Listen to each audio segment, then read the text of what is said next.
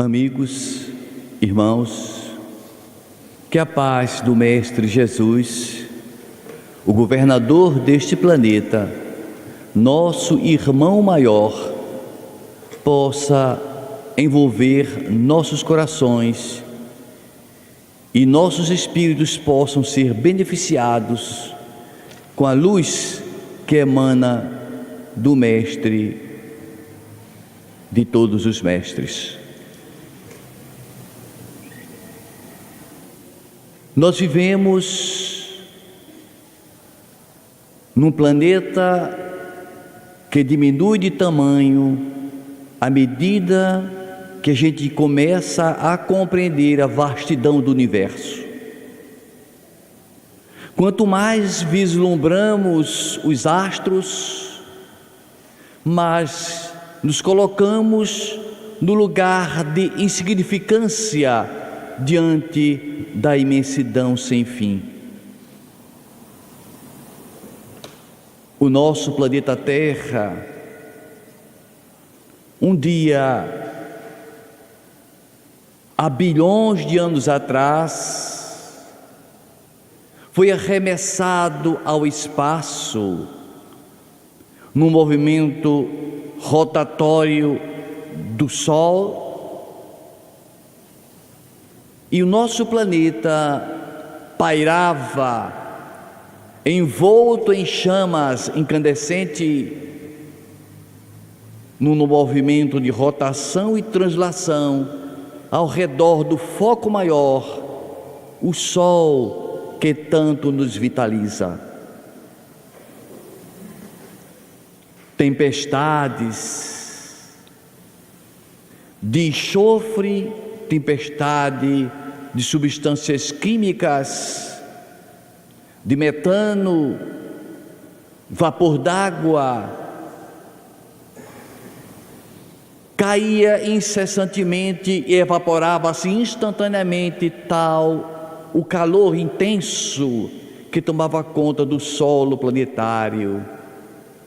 Milhões de anos se passaram para que fosse possível surgir nos mares profundos, após o resfriamento do planeta, as primeiras amebas, as primeiras células, dando origem a uma sequência evolucionista destinada à imensidão sem fim da grandeza espiritual. Na Bíblia Sagrada, no livro Gênesis, nós vamos ver uma descrição da origem do planeta Terra. No princípio, Deus criou o céu e a terra. E descreve que Deus, em 6 dias, gerou tudo isso que nós conhecemos. É evidentemente que 6 dias não são 6 dias de 24 horas,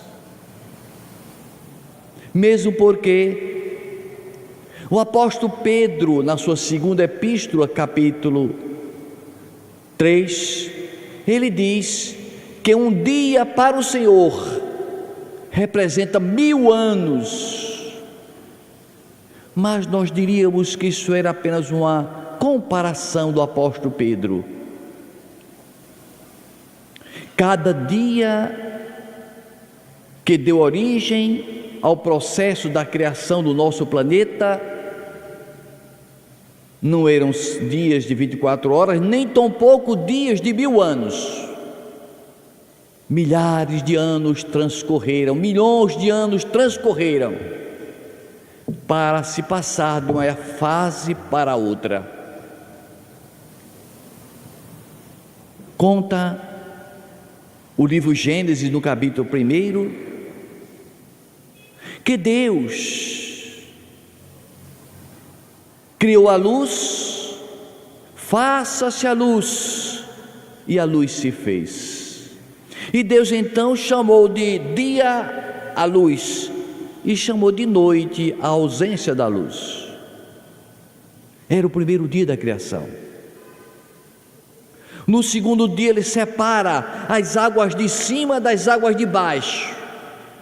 E nós entendemos que era uma imagem da situação ciclópica do nosso planeta, em que estava a atmosfera em permanente ebulição.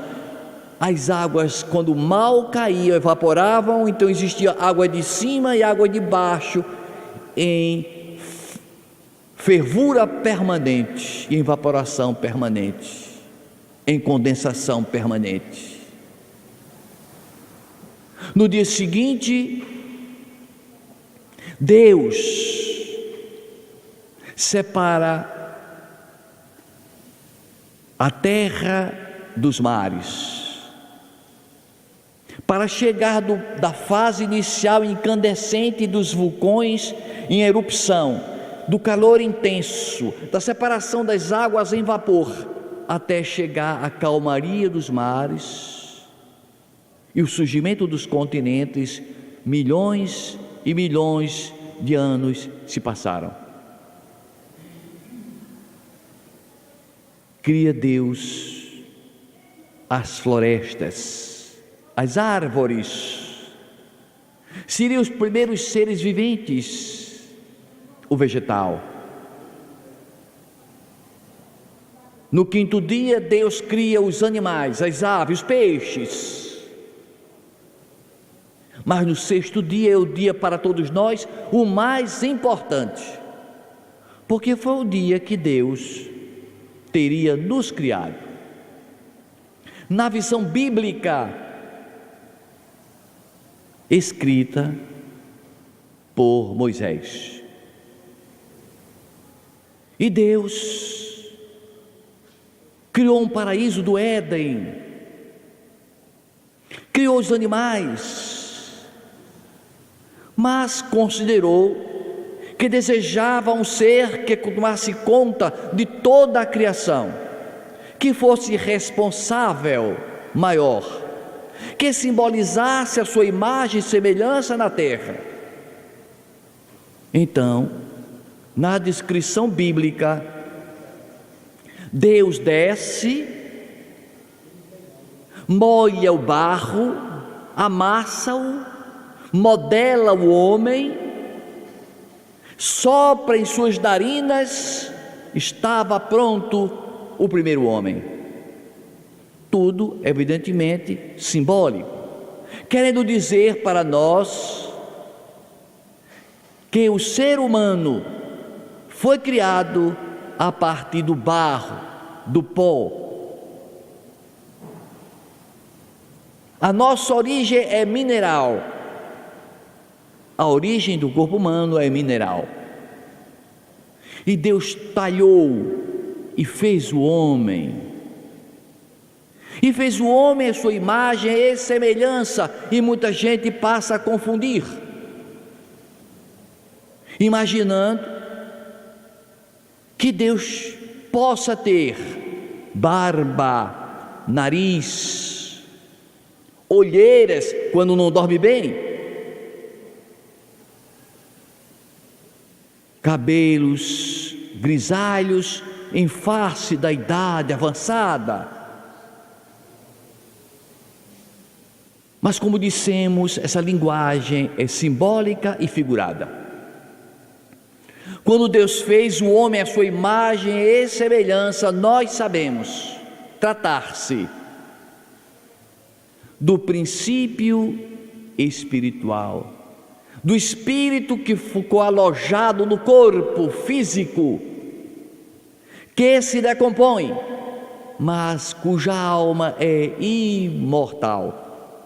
Então nós somos a imagem e semelhança de Deus no que se refere a nosso espírito, que Deus o fez, que Deus o criou, mas que o fez na condição de imortal, eterno. Nesse sentido, nós somos à imagem e semelhança de Deus. Mesmo porque Deus não pode ser imaginado com aparência humana, porque Jesus explicou para nós que Deus é Espírito e que deve ser adorado em espírito e em verdade. Ele diz também no livro de João, capítulo 1, que ninguém jamais viu a Deus. Portanto, Deus não tem aparência humana. E muito bem define a doutrina espírita na questão 1ª do livro dos Espíritos, quando a espiritualidade maior sintetiza Deus e a inteligência suprema, causa primeira de todas as coisas, não colocou uma forma humana para Deus, porque Ele não tem forma humana. Deus não envelhece, Deus não caduca, Deus não se cansa. Essa história de que Deus construiu a terra e o homem, concluindo no 6º dia, descansou no 7º, é um simbolismo recomendando a nós que pelo menos durante a semana, ao menos retiremos um dia para exaltar o Criador. Deixemos os interesses, as buscas por conquistas materiais de bens, para exaltar a Deus, pelo menos um dia. O Mestre Jesus diz também: o meu Pai trabalha até hoje. Espere, Jesus afirma que Deus trabalha até hoje, 2000 anos atrás, não parou, e eu trabalho também. Ou seja, o evolucionismo na visão espírita, o dinamismo de Deus é permanente e eterno. Ele não parou de trabalhar, Ele não parou de criar. É o Pai e Criador incessante da vida do universo. Não tem descanso para Ele. Que cansar faz parte das nossas imperfeições, principalmente biológicas.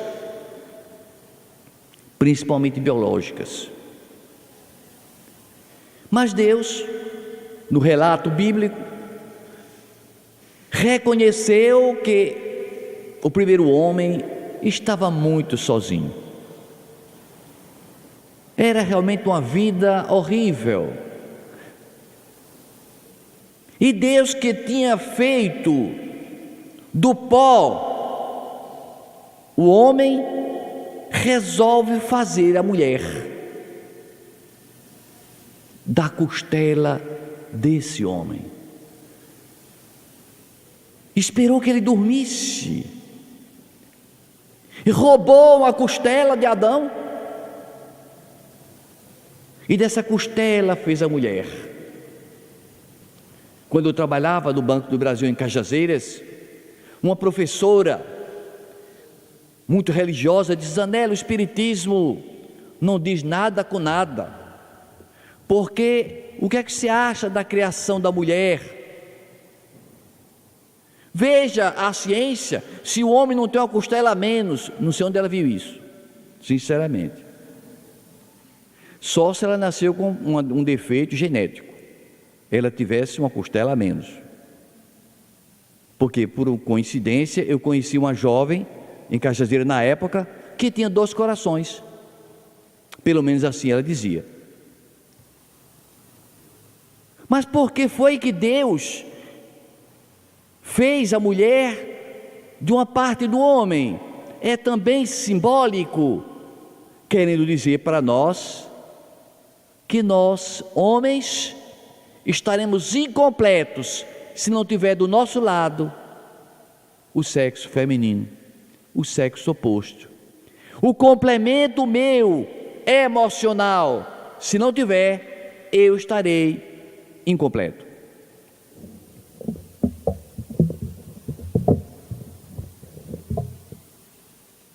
Portanto, é todo um simbolismo.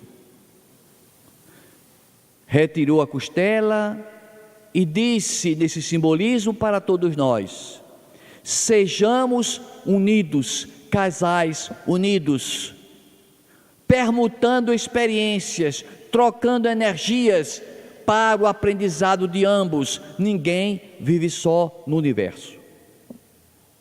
É a lei da cooperação e do amor que prevalece em todos os rincões do universo sem fim.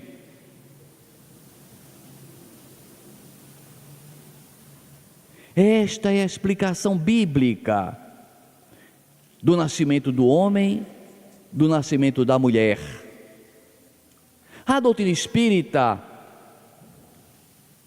aborda a questão dos primórdios do universo.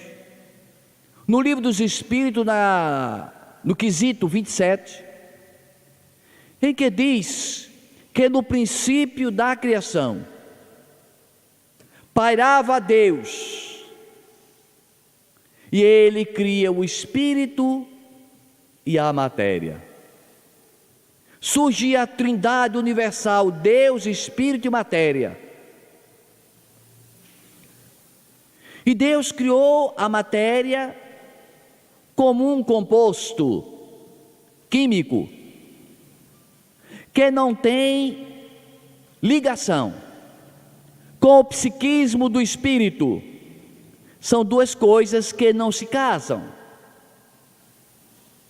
E então Deus, com seu hausto de amor, cria o fluido cósmico universal e mescla, banha toda a sua criação universal, toda a matéria que Ele criou, todo o espírito que Ele criou, com o fluido cósmico universal, possibilitando daí em diante o espírito poder atuar sobre a matéria. E aí eu faço algumas comparações assim, muito caseiras, até como ilustração. Se eu não tenho como colar dois metais, eu pego um super bonde e uno-os. Então o super bonde é uma cola muito forte que une coisas estranhas, madeira com papelão, compensado, enfim. Então o fluido cósmico seria essa cola que liga o espírito à matéria, possibilitando um interagir com o outro. Ou seja, nós estamos neste corpo, interagindo nos nossos movimentos, nos nossos gestos, nos nossos pensamentos, mas isso só acontece porque tem uma cola, porque o espírito por si só não consegue tomar conta de um corpo. Eu tinha mais ou menos 10 anos, eu estava na minha casa, à noite, no corredor escuro. Naquele tempo, as lâmpadas eram lamparinas penduradas nas paredes, era aquela luz fraca no corredor, que avistava muito mal a cozinha, e eu vi um espírito que caminhava na direção da cozinha, e eu disse para mim mesmo: nossa, ele vai bater na mesa. Ele saiu na direção da mesa, vai bater na mesa da cozinha, passou por dentro da mesa. Eu me assustei, não bateu na mesa, vai quebrar o nariz naquela porta da cozinha, passou por dentro, sumiu. Espírito não interfere. Espírito chega em casa, quer nos obsediar, quer nos atacar, quer tomar água, quer comer do nosso feijão, não consegue. Ele precisa de um meio termo, de uma cola, de um veículo de contato, e nós, para tomar conta desse corpo, precisamos desse super bonde espiritual, que é o perispírito, que é um corpo que tanto tem contato com a matéria, como tem contato com o espírito, é o corpo intermediário. Um espírito para atuar sobre nós, interage pelo nosso pensamento, interliga-se a ele por através desse processo, comanda nossas ações, porque nós abrimos as nossas janelas da invigilância. Portanto, aí está casado o processo da influência do Espírito sobre a matéria. Por que Deus fez esse processo? Porque Deus quis que a matéria evoluísse. Porque Deus quis que a sua criação, nós, evoluíssemos. E para evoluirmos precisávamos então estagiar pela matéria. E o evolucionismo espírita diz para nós que nós transitamos por salas de aula. Quantas salas de aula nós frequentamos? Jardim de infância, primeira série, segunda, terceira, quarta, quinta, não sei que ano, tal. Nós, espíritos imortais, transitamos por sala de aula, ou seja, corpos físicos, como fosse sala de aula. Passamos um tempo morando numa bactéria, depois nas algas, depois dos vegetais, visitamos e vivenciamos pequenos animais, aves, peixes, até atingirmos um estágio evolutivo tal que vamos encontrar no Livro dos Espíritos, questão 538, até sermos convocados como espíritos que já estagiou por todas as salas de aulas, ou seja, já foi desde o peixe no mar ao animal selvagem, até atingirmos o máximo de conhecimento dos animais, e aí estávamos condicionados a visitarmos o corpo físico. Mas antes nós estagiamos, está lá na questão 538 do Livro dos Espíritos, nós vamos tomar conta dos fenômenos da natureza. Nós vamos tomar conta dos fenômenos da natureza. Então são chamados espíritos elementais, que tomam conta da natureza, obedecendo ordem de espíritos superiores. E aí, daí em diante, depois de um certo tempo, merece reencarnar, agora sim, no reino hominal, quando então ele pode iniciar sua trajetória como espírito individualizado. Até antes não, mas a partir do reino hominal, do nosso reino atual, nós somos responsáveis pelo que pensamos, pelo que fazemos, pelos nossos próprios atos.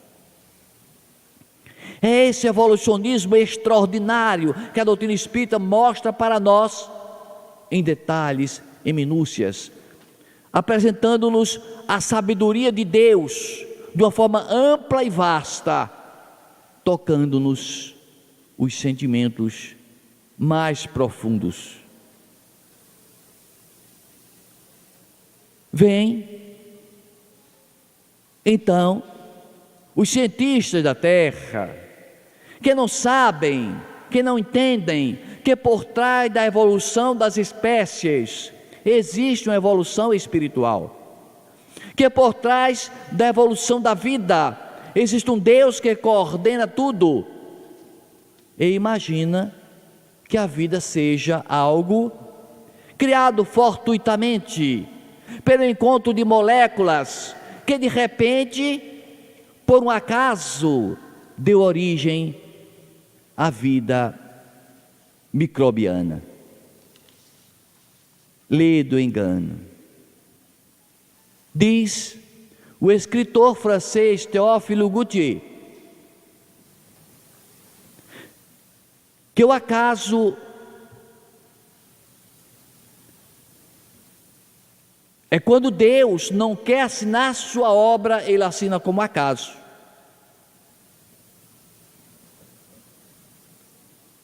Ou seja, não existe acaso. Tudo e em tudo existe as leis divinas, as leis de Deus. E o que é mais importante para nós todos humanos é que somos agraciados pelo livre-arbítrio que Deus colocou para nós. A liberdade, não tem nada melhor do que a liberdade. E nós somos livres para pensar no que quisermos, para fazer o que desejarmos. É verdade que o ser humano estabelece leis e normas, cria policiamento, prende aquele que contraria as leis da sociedade. Mas que nós somos livres, mas que respondemos pelos nossos atos. É profunda a ilusão daqueles que se imaginam salvos, porque adotou uma crença religiosa que vai lhe garantir um lugarzinho no céu. E eu fico pensando, essas pessoas que se imaginam melhores do que os animais selvagens, melhores do que a formiga, porque nós não somos melhores do que a formiga, somos iguais, porque todos nós somos irmãos. Não é porque um sabe mais do que o outro, porque evoluiu mais do que o outro, que tem mais valor. Deus dá a todos os seus filhos o mesmo valor, e que Deus é esse que no quinto dia criou os animais, as aves do céu, os peixes. Eu pergunto aos senhores, às senhoras, que culpa tem a baleia orca de ter sido criado baleia orca? Que culpa tem o leão de ter sido criado leão? Que culpa tem o saguim de ter sido criado saguim? Eu já estou conjecturando comigo que um determinado dia vai chegar uma comitiva para falar com Deus, reivindicar direitos. Sim, porque vão dizer para Deus: olha, o Senhor cometeu um engano muito crasso, porque esse privilégio do homem ter a capacidade de falar, de raciocinar, de fazer invenções, de usufruir das benesses da ciência, de viajar no conforto de aviões supersônicos, de gozar do ar-condicionado, das danças, da música, da imprensa, da televisão, da telefonia, e nós na floresta? Não, o Senhor cometeu um erro grave, gravíssimo. Mas nós sabemos que não foi assim, porque essa teoria é chamada de teoria de criacionista, que são duas teorias básicas que existem. O criacionismo, que é que Deus criou tudo já pronto, criou o animal, criou o homem, criou as plantas, criou os mares, faça-se isso, faça-se aquilo, criacionismo. O evolucionismo diz não, o processo é, como diz Charles Darwin, aquele que é mais forte, que vence na batalha, que vai se superando, que vai conquistando na briga, na luta, pela seleção natural das espécies, vai ganhando, vai se acomodando, se adaptando às intempéries da vida. O evolucionismo de Charles Darwin mostra uma desnecessidade de Deus, mostra o acaso funcionando de uma forma inteligente, mas o acaso não tem inteligência, o acaso não pensa. Como dizia Frederico Menezes domingo passado, pega uma enciclopédia e recorte todas as letras, uma por uma, jogue no ventilador, e quando cair no chão, se formar um dicionário ou um conto, um romance, aí o acaso está realmente inteligente. Isso não vai acontecer nunca, não for uma palavra, quanto mais um texto, quanto mais um dicionário, quanto mais uma enciclopédia.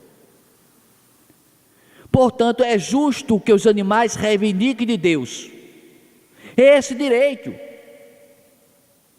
Mas da visão espírita, todos nós somos irmãos, porque na verdade nós já estagiamos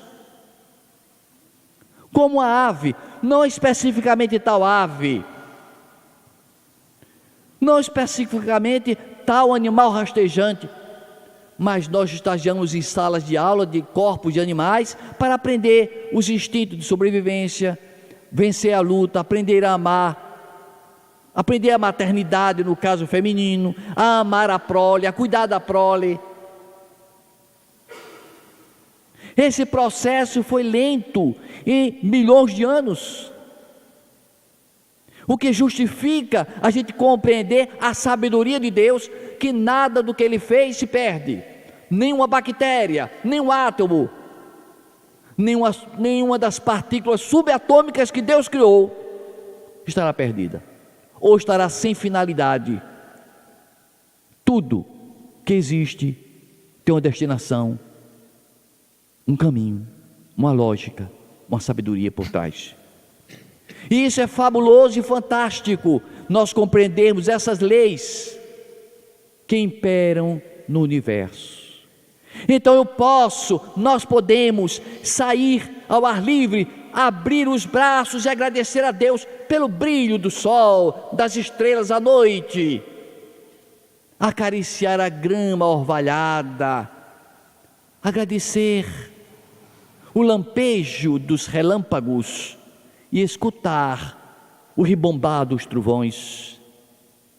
Não se trata de recuar no tempo, mas de reconhecer aquilo que Deus fez.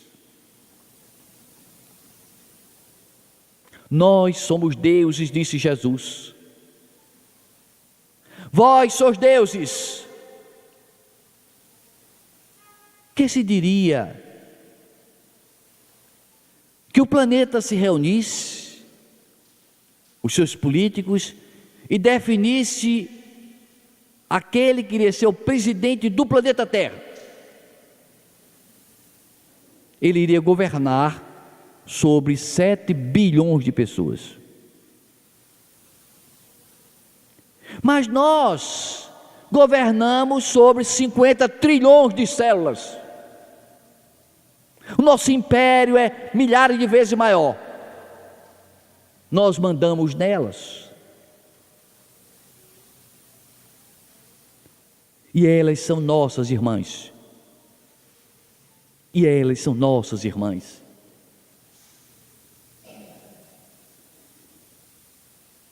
Enquanto Charles Darwin dava essa ideia do evolucionismo de luta, de briga, de guerra entre espécies para aquela mais apta, mais forte, se superar e vencer a batalha, se destacar entre todas,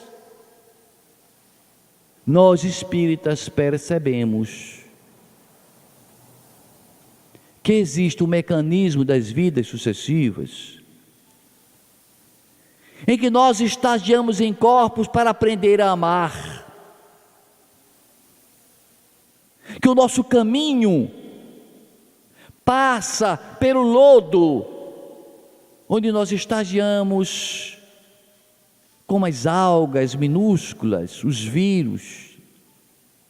Nós estagiamos por todas essas partes, embora nessa época que nós estagiamos pelo reino vegetal e o animal inferior, nós não éramos espíritos propriamente ditos, independentes, individualidades, ainda não. Só alcançamos esse estágio no reino hominal. Divaldo Pereira Franco, numa de suas entrevistas, ele explica em detalhes como se processa ou que tipos existem de espíritos que estão entre o reino animal e o reino hominal. Seria, por assim dizer, o elo perdido.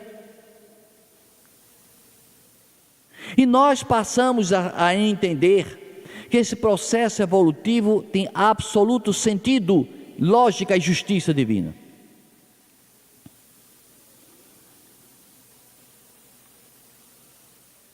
Nós estamos destinados à perfeição. O princípio espiritual que tomou conta do chimpanzé, do orangotango, dos animais selvagens, não pode passar diretamente para o reino hominal. Então eles são convocados pela espiritualidade para tomar conta dos fenômenos da natureza, com vários nomes. Não sei se é para ser didático, mas com vários nomes, conforme a atividade deles. Esses espíritos que saem do reino animal inferior, que aprendeu tudo o que o reino podia lhe ensinar, eles estagiam então como servidores de Deus para o equilíbrio das forças da natureza. Os espíritos chamados salamandras são os espíritos que coordenam o fogo, as erupções vulcânicas. Os espíritos chamados ondinas é que coordena o movimento dos mares, das águas. Os gnomos que toma conta dos fenômenos da vida vegetal. Os duendes, que aliás a gente toma conhecimento que o nosso indígena e os indígenas do planeta inteiro, os índios, tidos como seres inferiores, nossos irmãos verdadeiramente, eles conversam com esses espíritos elementais, eles viam os espíritos. Aliás, quem foi que ensinou a eles fazer tapioca, beiju? Senão os espíritos. Eles viam os espíritos e eles tinham cuidado para não derrubar as árvores sem qualquer necessidade, só faziam com extrema necessidade, e eles pediam permissão à árvore: nós precisamos te derrubar, vamos fazer uma canoa, porque estavam de certa forma matando um irmãozinho. E nós não temos essa visão espiritual de amor pela natureza, de preservar as fontes cristalinas, contaminando-as com lixo.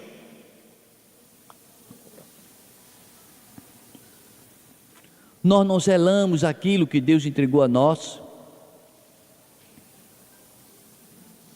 Nós não zelamos.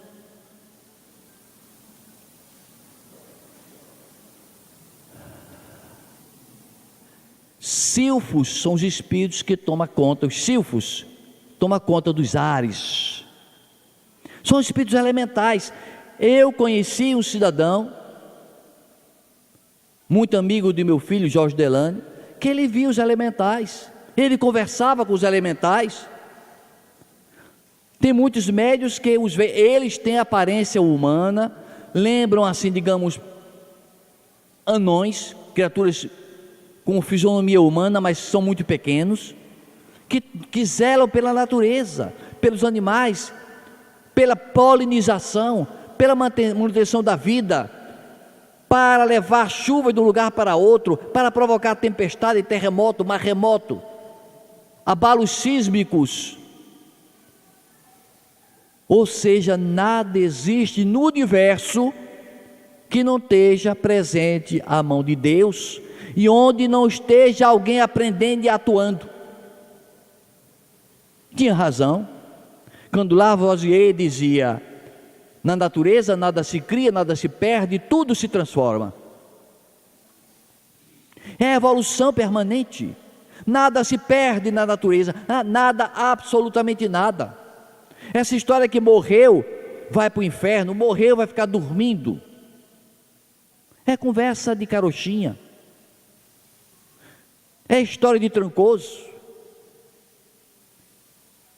Agora é essa visão dinâmica de ver tudo, de ver as coisas, de ver a vida, de ver os seres como nossos irmãos, é profundamente nobre e valoriza a nossa fé num Deus supremamente sábio, justo e bom. Essa é que é a mecânica do universo. Então a ciência evolucionista da visão de Darwin é uma ciência um pouco materialista, em que imagina que as células do nosso corpo atuam inexoravelmente prejudicando a nós quando somos atacados por uma enfermidade. Todavia, surgiu recentemente, próximo aqui do ano 2000, um cientista americano que está fazendo frente à teoria de Darwin, da evolução das espécies, dizendo para nós que essa evolução que Darwin disse que era de briga, de vence o que é o mais potente, ele disse, não existe isso, o que existe é cooperativismo, é uma célula se juntando a outra célula para juntos vencerem. É a mão de Deus atuando, não é a intimidade do nosso DNA que diz o que nós seremos, mas a nossa mente, fazendo bem, dizemos para o DNA que a gente não vai ter aquela doença. Porque se somos otimistas, como eu conversava com o André Luiz há pouco, se somos otimistas, nós levamos o otimismo para nossas células, nossas irmãs, e o nosso corpo vibra de alegria. Mas se somos terroristas, depressivos, nós comunicamos essa informação às nossas células que elas ficam entristecidas e não produzem a saúde em nós. Porque se a química resolvesse os nossos problemas emocionais, quando tomássemos remédio, ficaríamos curados. E quando tomamos o remédio, serve para uma coisa, ofende a 3 outras.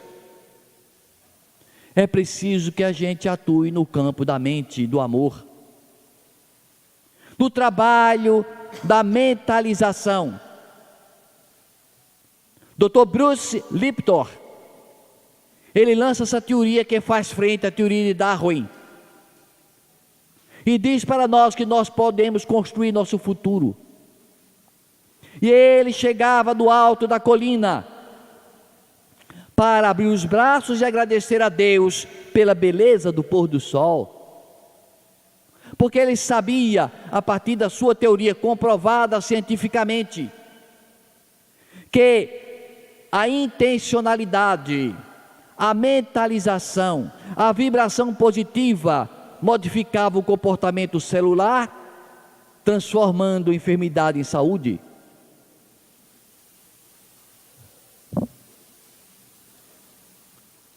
Eu e minha esposa e minha filha estávamos no Rio Grande do Sul, visitando um templo budista, e caminhávamos sobre um gramado muito vasto, quando nos deparamos com formigas gigantes, formiga de 1 palmo de tamanho, um pouco mais de 1 palmo. Calma, eram formigas de madeira, com pernas de arame, e nas costas o nome assim: não pise na formiga, não pise em mim. Porque os budistas consideram a formiga nossa irmã. E não há por que pisar na formiga se ela não está fazendo nada de mal contra mim. É um instinto de total desprezo por aquilo que Deus fez. Sair arrancando folhas de plantas ao passarmos pelas ruas, pelos jardins públicos. Arrancamos flores com pretexto de presentear alguém, estamos sacrificando essas flores de plantas generosas. Precisamos de agir como indígena, que pede permissão para tirar uma flor, um galho, que entende que tudo tem vida e que tudo pertence a Deus e que nós somos corresponsáveis pela manutenção do equilíbrio ecológico.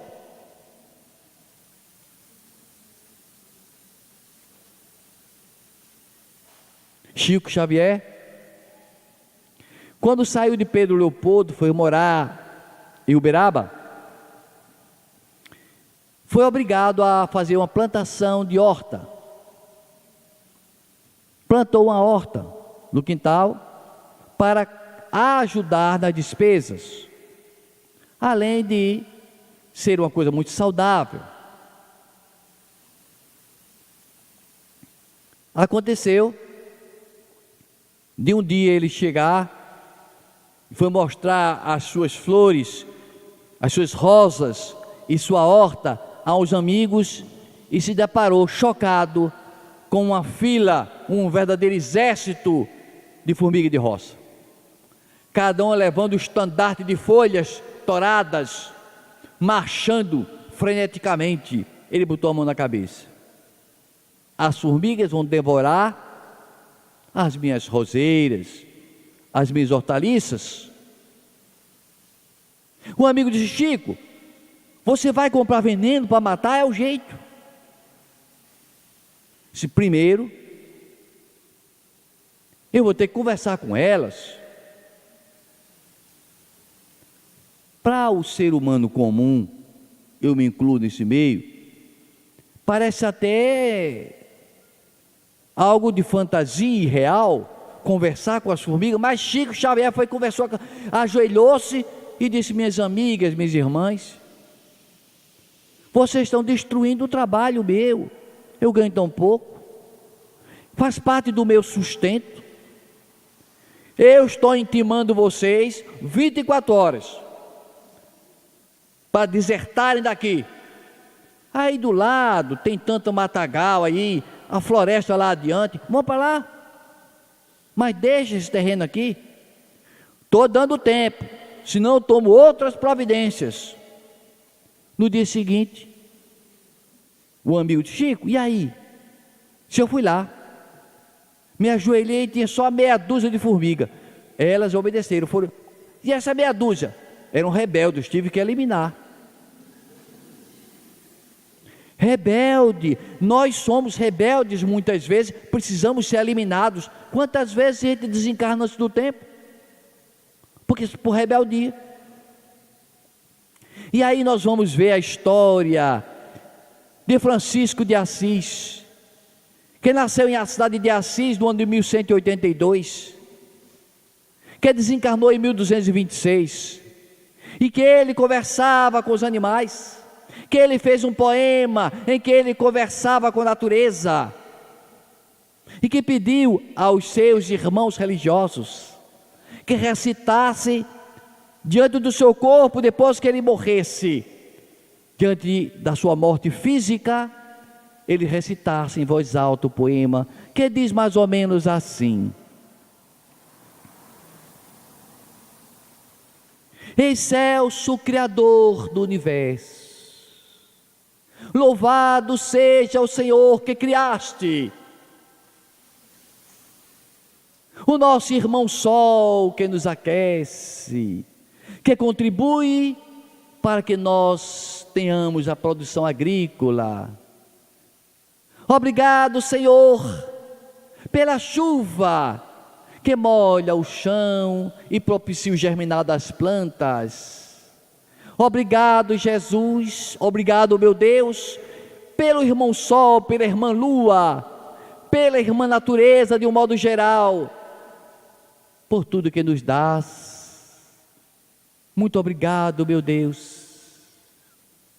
E Francisco de Assis chegava à cidade de Gúbio, encontrava o pessoal em alvoroço, porque um lobo selvagem estava devorando os pequenos animais domésticos. E Francisco de Assis resolveu tirar a limpo essa história, foi até a floresta conversar com o lobo. O lobo selvagem, quando o avistou, abriu a bocarra, mostrou-lhe os dentes pontiagudos. Meu irmão, venha falar comigo, eu sou seu irmão, eu não quero lhe fazer mal. E Francisco de Assis estabeleceu com o lobo selvagem um diálogo. Fizeram um acordo simbólico, apertou a mão, a patinha do lobo. Ele não mais atacaria a cidade.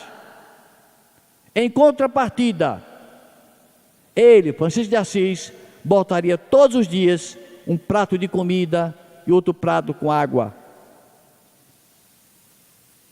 Esse lobo tornou-se tão dócil que foi feito para ele um túmulo, onde ainda hoje encontram-se os seus ossos. Portanto, a doutrina espírita traz para nós a evolução de uma forma lógica e clara, desde a bactéria menor possível até o arcanjo, transita um princípio espiritual que evolui. Não que nós tenhamos sido um elefante ou uma girafa, mas nós transitamos como um frequentador de uma escola, aquela sala de aula. Nós frequentamos essas salas de aula chamadas espécies diversas da natureza. Aprendemos com todas elas e chegamos ao estágio hominal, prontos para aprender a amar. Vamos entender que todos os seres criados por Deus são nossos irmãos, dignos do nosso respeito, da nossa atenção. Essa é que é a trajetória maior. Dr. Bruce Lipton criou então a teoria nova, da nova biologia, fazendo fronte a Charles Darwin, dizendo que tem Deus por trás da criação e que nós realmente evoluímos. E esse aspecto desse sábio da biologia nos diz que nós construímos a nossa felicidade em perfeita consonância com o que nos informa o livro dos Espíritos e a doutrina espírita. Nós construímos nosso destino com nossos pensamentos, com nossas ações cotidianas. Louvado seja Deus! E podemos então dizer tranquilamente, com Francisco de Assis: ó Criador dos céus, louvado seja o Senhor, porque nos deste nosso irmão Sol, nosso irmão Lua, nossas irmãs estrelas, nossa irmã Chuva, nossos irmãos animais, que deixam em nós a felicidade e a alegria de comungarmos com a tua infinita e sábia criação. Que Deus nos ampare hoje e sempre.